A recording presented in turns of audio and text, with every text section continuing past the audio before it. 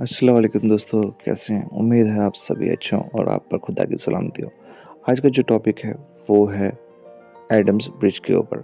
क्या Adams bridge man made है या फिर ये नेचर द्वारा बनाया हुआ है? तो क्लियरली बता दूं कि ये नेचर मेड है, इसको किसी इंसान ने नहीं बनाया। पर इसको जब मैं रिसर्च कर रहा था तब मुझे एक ये यूट्यूब चैनल दिखा। दरअसल ये एक विदेशी चैनल है जिसका यूट्यूब चैनल भी है, जहाँ पे मैंने जब रिसर्च करा था तब मुझे ये चैनल दिखा। जब मैंने इसको देखा तो एक पल के लिए तो मुझे ये लगा कि शायद ये मानव निर्मित हो, पर जब इसको ध्यान से आप देखेंगे तो आपको समझ में आएगा कि यहाँ पे इन्होंने कोई भी किसी भी प्रकार के आर्कोलॉजिकल सबूत नहीं दिए हैं। यहाँ पे कुछ लोग आते हैं, आप देखेंगे नीचे एक्सपर्ट लिखा होता है और बस वो बोल के चले जाते हैं। दरअसल इन्होंने दो चीज़ें करी हैं। एक तो यहाँ पे इन्होंने बहुसंख्यक समाज को खुश करने की कोशिश करी, दूसरा इन्होंने इनको अंधेरे में और डाल दिया, जिस वजह से और ज़्यादा अंधविश्वास फैलता गया। दरअसल ये मानव निर्मित नहीं है, ये एक कोरल रीफ की श्रृंखला है जिसे हम बैरियर रीफ भी बोलते हैं। अब ये बैरियर रीफ क्या होते हैं, इसको समझने के लिए आप ये वाला वीडियो देखिए। कॉन्टिनेंटल शेल्फ होता क्या है? देखो, उसके लिए मैंने एक पिक्चर से आपको समझाने की कोशिश की है। ये सोचो लैंड एरिया है और ये जो है ओशन है, ठीक है? ओशन। तो ओशन और लैंड एरिया के बीच में देखो, ये हुआ फर्स्ट ऑर्डर लैंडफॉर्म में हम लोगों ने क्या पढ़ा था? एक तो होता है कॉन्टिनेंट और होता है ओशन। तो उसमें हम लोग ये भी पढ़ा था दैट कॉन्टिनेंट का जो मार्जिनल एरिया होता है ना, वो कॉन्टिनेंटल स्लोप का ये पीक पॉइंट होता है, ठीक है? तो कॉन्टिनेंटल स्लोप वो पोर्शन ऑफ कॉन्टिनेंटल प्लेट है जो क्या सीवर्ड एक्सटेंशन में सिचुएटेड होता है। और ये जो है इसके और सी के बीच में जो है रिस्पेक्टिवली डेप्थ जो होता है ना, ये सोचो ऊपर में सी सरफेस आपको दिख रहा है ना, ये सी सरफेस और इस स्लोप के बीच का जो डेप्थ होता है रिस्पेक्टिवली बहुत ज्यादा शैलो होता है। नाउ जब मैं इसका डेप्थ रिस्पेक्टिवली शैलो बोल रहा हूं तो किसके रिस्पेक्टिवली? ऑफ कोर्स ये पूरा ओशन जो है ना, ओशन के बेड के रिस्पेक्टिवली। ये देखो, ये वाला एबिसल प्लेन है, ये कितना ज्यादा डेप्थ है यहां पर, देख रहे हो? ये जो है आपका जाके ये कॉन्टिनेंटल राइज वाला एरिया है, ये देखो कितना डेप्थ है, ये कॉन्टिनेंटल स्लोप का एरिया है, देखो कितना डेप्थ है। बट इन सब के डेप्थ के आधार पर जो है इसके कंपैरेटिवली अगर करोगे कॉन्टिनेंटल स्लोप का डेप्थ, तो ये बहुत ही ज्यादा कम होता है रिस्पेक्टिवली। तो कॉन्टिनेंटल शेल्फ वो पोर्शन ऑफ कॉन्टिनेंटल प्लेट है जिसका सीवर्ड जो साइड है उसमें एक्सटेंशन होता है और इसका स्लोप जो होता है ना वो काफी ज्यादा जेंटल होता है। आज हम लोग ये वाला पार्ट को डिस्कस करेंगे, ये वाला पार्ट, ठीक है? Continental slope. ऑलराइट, सो कॉन्टिनेंटल स्लोप होता क्या है? कॉन्टिनेंटल स्लोप वो जोन है जहां पर आपका स्लोपिंग काफी ज्यादा स्टीप होता है। नाउ कॉन्टिनेंटल शेल्फ में जो था स्लोपिंग काफी ज्यादा स्टीप नहीं था। इनफैक्ट हम लोगों ने यहां पे देखा था 1 to 3 डिग्री तक ही स्टीपनेस मतलब ग्रेडियंट होता है, एंगल होता है। बट वहीं पर कॉन्टिनेंटल स्लोप आप देखकर भी लग रहा है काफी ज्यादा स्टीप है, और ये एक्चुअली भी 5 डिग्री से 60 डिग्री तक स्टीपनेस इसका होता है, ठीक है? और ये कहीं ना कहीं कनेक्ट करता है कॉन्टिनेंटल शेल्फ को डीप ओशन बेसिन के साथ। देखो ऊपर में कॉन्टिनेंटल शेल्फ है और नीचे डीप ओशन बेसिन या फिर एबिसल प्लेन, आप जो भी इसको बोलो, ठीक है? तो ये बेसिकली इस दोनों एंटिटी को कनेक्ट करता है। यहाँ पे कितने तरीके के कोरल रीफ्स होते हैं? तो एक तो फ्रिंजिंग रीफ्स होते हैं जिसको शोर रीफ्स भी कहते हैं, उसके बारे में बात करेंगे। फिर एक आपके बैरियर रीफ्स होते हैं जो कि काफी लंबे होते हैं, और एक आपके एटॉल रीफ्स होते हैं। तो इन तीन तरीके के रीफ्स के बारे में बात करेंगे। शुरू करने से पहले सबसे पहले इस फिगर को देखिए फ्रेंड्स। आपको मैंने कॉन्टिनेंटल शेल्फ, कॉन्टिनेंटल स्लोप के बारे में बता रखा होगा। अब यहाँ पे आप देखिए फ्रेंड्स, जैसे ये बीच शुरू हो रहा है और बीच में फिर जैसे कि आप सी में अंदर जाना शुरू करते हैं, थोड़ा आगे जाके ये नीचे जाने के बजाय देखिए ऊपर की तरफ स्ट्रक्चर बन गया है और ये एक रीफ क्रस्ट बनी हुई है। तो यानी कि नॉर्मली क्या होता है कि जैसे ही समुद्र शुरू होगा तो कुछ इस टाइप का होता है। देखिए ये समुद्र शुरू हुआ और ये नीचे गया और फिर एकदम से नीचे गिरा, ठीक है? तो कॉन्टिनेंटल शेल्फ, स्लोप और फिर नीचे डीप सी। लेकिन यहां पे आगे एक रीफ बन गई, एक रीफ की क्रेस्ट बन गई। अब चूंकि ये गहराई शुरू हुई और फिर गहराई कम हो गई, यहाँ पे एक रीफ की क्रेस्ट बन गई और इस क्रेस्ट का जो अपर पोर्शन है वो समुद्र की सरफेस के पास है। तो बीच में जो वाटर बॉडी बन गई, ये इसको लगून बोलते हैं। तो इसमें आप देखिए, और इस रीफ क्रेस्ट का अगर आप ये वाला पोर्शन देखेंगे, दूसरे साइड वाला, इस तरफ वाला पोर्शन, तो इस तरफ वाला पोर्शन एकदम से डीप सी में गिर रहा है। तो जो भी कोरल का फॉर्मेशन होगा वो इस साइड पे नहीं होगा फ्रेंड्स। जो भी कोरल फॉर्मेशन होगा यहां होगा या इस जगह पे होगा, ठीक है ना? इस डायरेक्शन में होगा कोरल का फॉर्मेशन, इस डायरेक्शन में कोरल का फॉर्मेशन नहीं होगा, क्योंकि ये वाला जो साइड है इधर वाला वो एकदम से डीप सी में गिर रहा है। तो ये रीफ फ्लैट बन गया। अब किसी कॉन्टिनेंट का कॉन्टिनेंटल शेल्फ और कॉन्टिनेंटल स्लोप आप कैसे पता कर सकते हैं जबकि वो पानी में डूबा हुआ होता है? दरअसल इसको पता करने के लिए सोनार मैपिंग नाम की टेक्निक का यूज किया होता है। वो क्या होता है ये देखिए इस वीडियो में। Single beam sonar works by emitting a sound wave and listening for how long it takes to return, like an echo. If you know the speed of sound and the time it takes, you can find the distance the sound wave traveled. High-tech multi-beam sonar systems work similarly, except instead of listening for just one echo, microphones pick up echoes from 426 different locations every second. This reaches out to 500 meters on both sides of the ship. Computers then stitch all those echoes together, and the end result is a high-res 3D map that gives us detailed data of what's happening on the ocean floor. अब मैं आपको India का map दिखाता हूँ। ये आप देख पा रहे हैं, ये सोनार मैपिंग करके बनाया हुआ मैप है। आप नीचे तक देख सकते हैं, कितने नीचे तक श्रीलंका और इंडिया क्लियरली आप देख सकते हैं। ये एक ही का हिस्सा है, एक ही कॉन्टिनेंट का हिस्सा है, ये आपस में जुड़े हुए हैं। देखिए नीचे कितने तक गया हुआ है। और अभी आप ध्यान से देखेंगे, यहाँ पे जहाँ पे ये कर्व लिया हुआ है, यहाँ पे आपका कॉन्टिनेंटल स्लोप एकदम से नीचे जाता है। इसलिए यहाँ पे हम देख पाएंगे कि जहाँ पे ये एडम ब्रिज बन रहा है, उससे कुछ किलोमीटर आगे जाके ये स्लोप दिखता है, यानी कि उससे पहले यहाँ पे ये एक रीफ बनती है जिसे हम बैरियर रीफ कहते हैं। ये आप ध्यान से देखिए, यहाँ पे एकदम से कॉन्टिनेंटल स्लोप नीचे जाता है और ये ध्यान से देख पा रहे हैं आप, ये पूरा श्रीलंका दरअसल जुड़ा हुआ है। जहाँ पे ये एडम ब्रिज हमें दिखता है, दरअसल पहले यहाँ पे पानी बहुत कम था, या फिर यूँ कह सकते हैं कि उथला पानी था, यानी कि काफ़ी गहराई नहीं थी, और यही तो कोरल को चाहिए, कम पानी और गर्म टेम्परेचर, जिस वजह से यहाँ पे कोरल पनपा। अब ये बैरियर रीफ कैसे बनती है इसके बारे में मैं आपको धीमे धीमे बताता हूँ, पर उससे पहले ये समझना होगा कि कोरल होता है क्या। उसके लिए ये देखिए वीडियो। कोरल, इनकी जैव विविधता जमीन के मुकाबले 10 गुना ज्यादा समृद्ध होती है। कोरल लाखों करोड़ों साल पुराने हैं।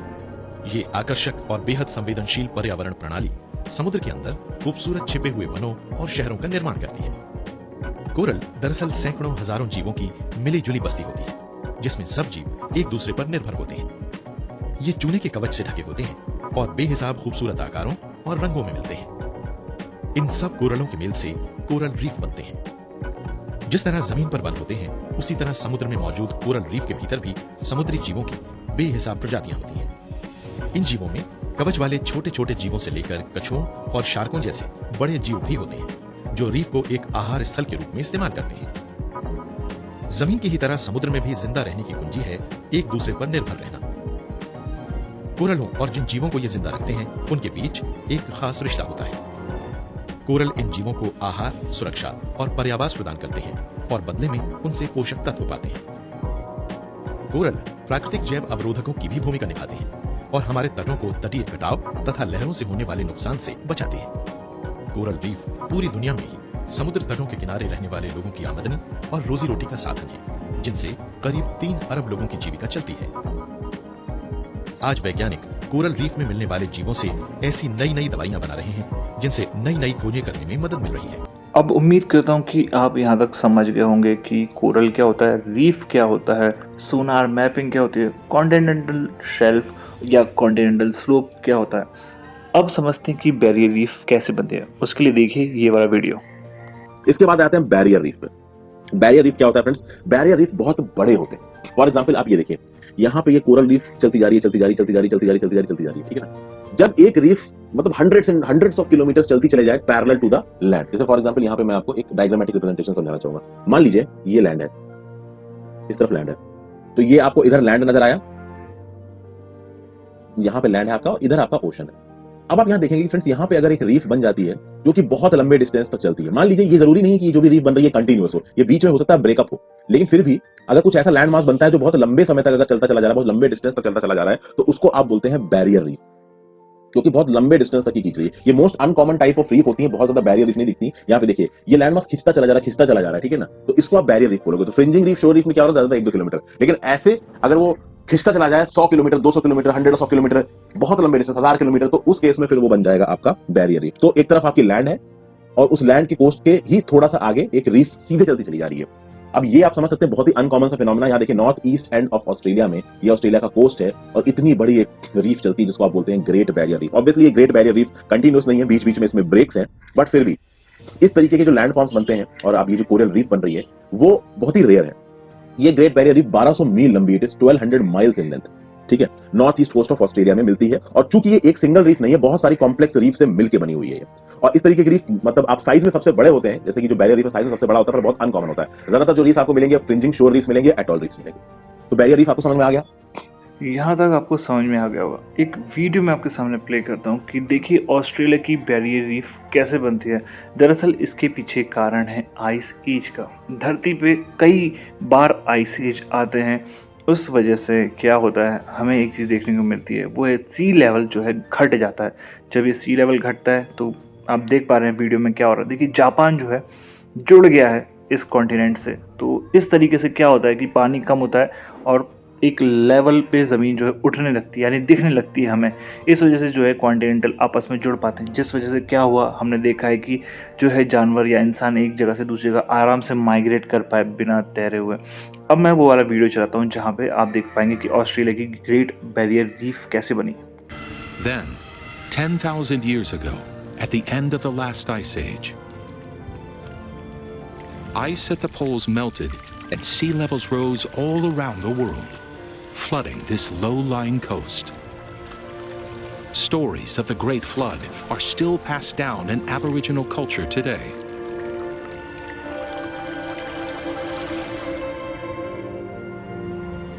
As the sea rose, corals began to grow on the rocky fringes of the continental shelf, creating the Great Barrier Reef we see today.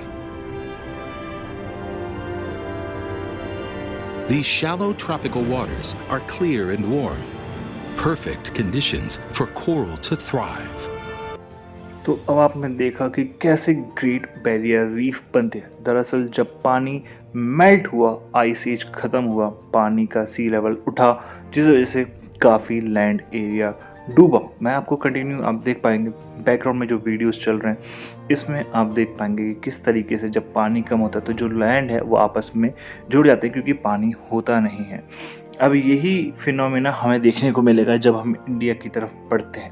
जब हम इंडिया की तरफ बढ़ेंगे तो आप ध्यान से देखना कि दरअसल इंडिया और श्रीलंका जब आइस एज चल रहा था, जब पानी का लेवल काफ़ी नीचे था, इंडिया और श्रीलंका आपस में जुड़े हुए थे। जैसे जैसे पानी ऊपर चढ़ता है उस वजह से क्या होता है, हाँ, पानी उथला होता है। और क्योंकि ये आइस एज एक दिन का नहीं होता, काफ़ी लंबा इसमें अरसा जाता है, और यही लंबा अरसा दरअसल में कोरल रीफ के बनने और पनपने का कारण बनता है।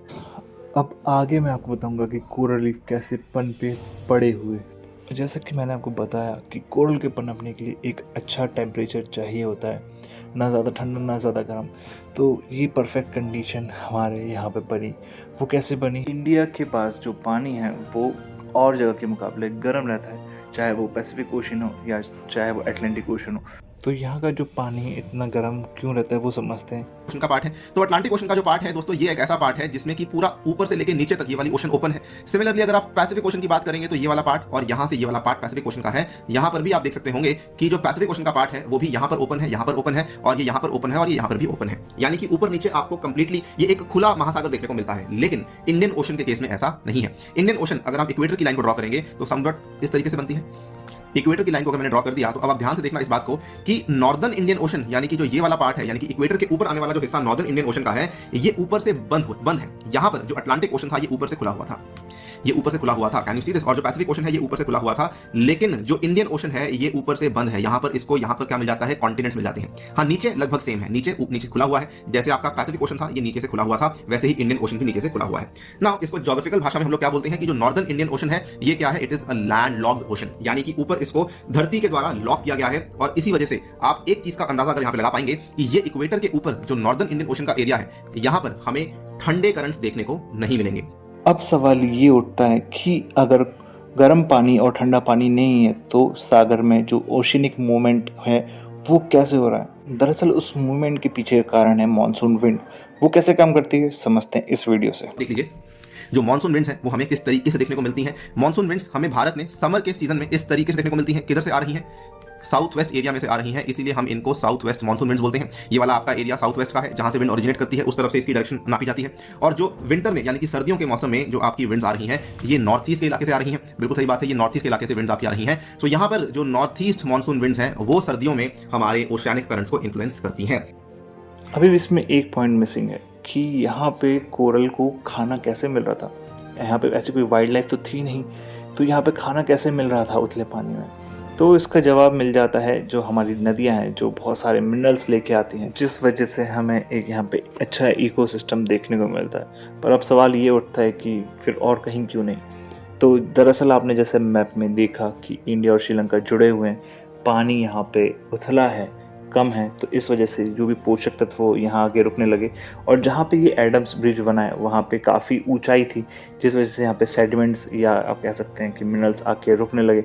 और यही कारण था कि यहाँ पे कोरल को अच्छा टेम्परेचर, अच्छा पानी, और यहाँ पे जिस वजह से और भी एनिमल जो है एक्वाटिक एनिमल हमें देखने को मिलते हैं, जिस वजह से कोरल की जो है श्रृंखला यहाँ पे फली फूली पनपी। और हमने जैसे देखा है कि कोरल एक के ऊपर एक जो है जमा होते जाते हैं, और समय के साथ उनके ऊपर चूने की जो है परत चढ़ती जाती है, जिस वजह से वो एक सॉलिड फॉर्म में दिखने लगते हैं या रॉकी फॉर्म में दिखने लगते हैं या हिंदी में कहें तो पत्थरनुमा दिखने लगते हैं। पर हमें यहाँ पे कुछ पत्थर देखने को मिलते हैं, ये कहाँ से है? तो दरअसल मैंने जैसे बताया कि जो हमारी नदियाँ हैं वो अपने साथ सब कुछ लेके आती हैं, मिनरल्स के साथ साथ, बट ऑब्वियस है क्योंकि इरोजन भी होता है, सॉइल इरोजन होता है, तो वो अपने साथ पत्थर वगैरह भी बहा के लेके आती हैं।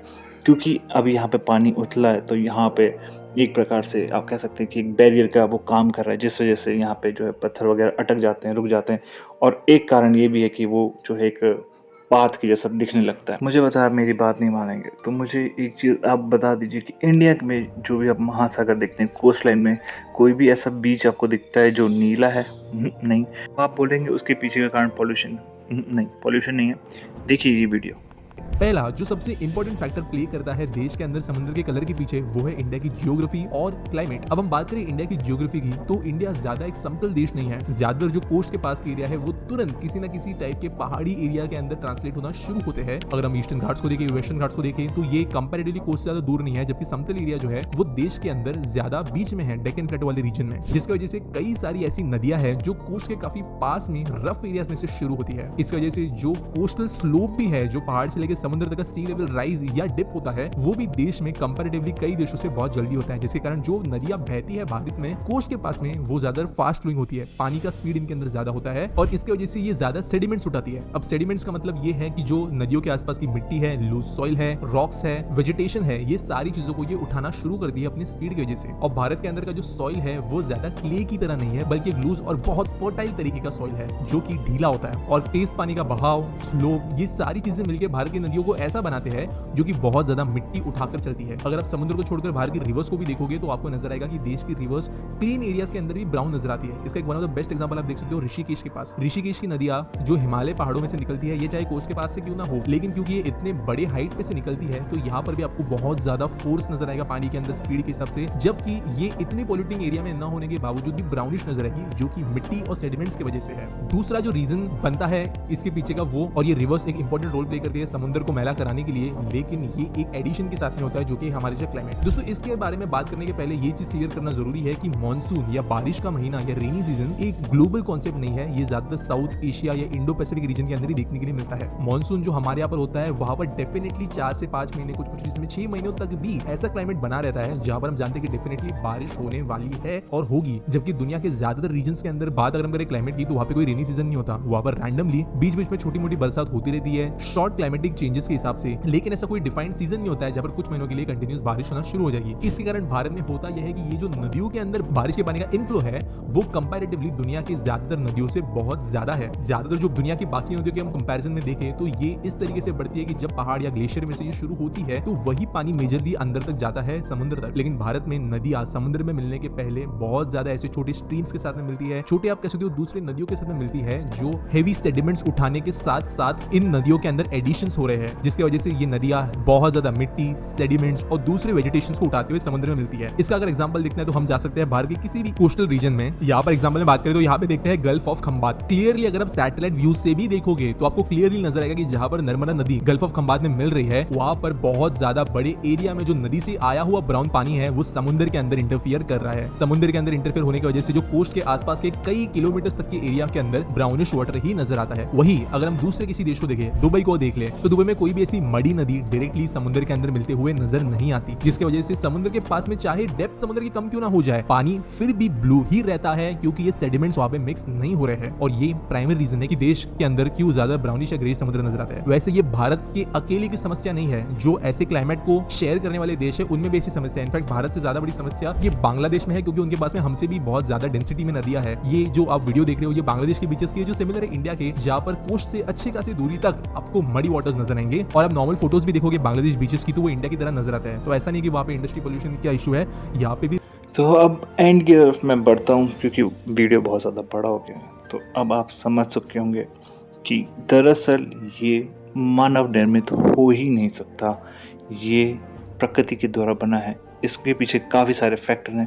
पहला फैक्टर है आइस एज का, दूसरा फैक्टर है पानी का, तीसरा फैक्टर है नदियों का, चौथा और लास्ट इम्पॉर्टेंट फैक्टर है वो ये है कि इंडिया और श्रीलंका आपस में जुड़े हुए हैं, और ये हमने सोनार मैपिंग के थ्रू देखा भी है। तो अब आप यहाँ पे देख सकते हैं कि ये किसी भी कीमत पे मानव निर्मित नहीं है। अगर आपको अभी भी लगता है ये मानव निर्मित है तो इस वीडियो को गलत साबित कर दीजिए। मेरा ये वीडियो का बनाने का मकसद नफरत फैलाना नहीं है, दरअसल मेरा मकसद है आप तक जानकारी लेके आने का। अगर किसी को मेरी इस बात से बुरा लगा हो तो मैं उसके लिए माफ़ी मांगता हूँ। हाँ, अलविदा दोस्तों, जय हिंद, जय भारत।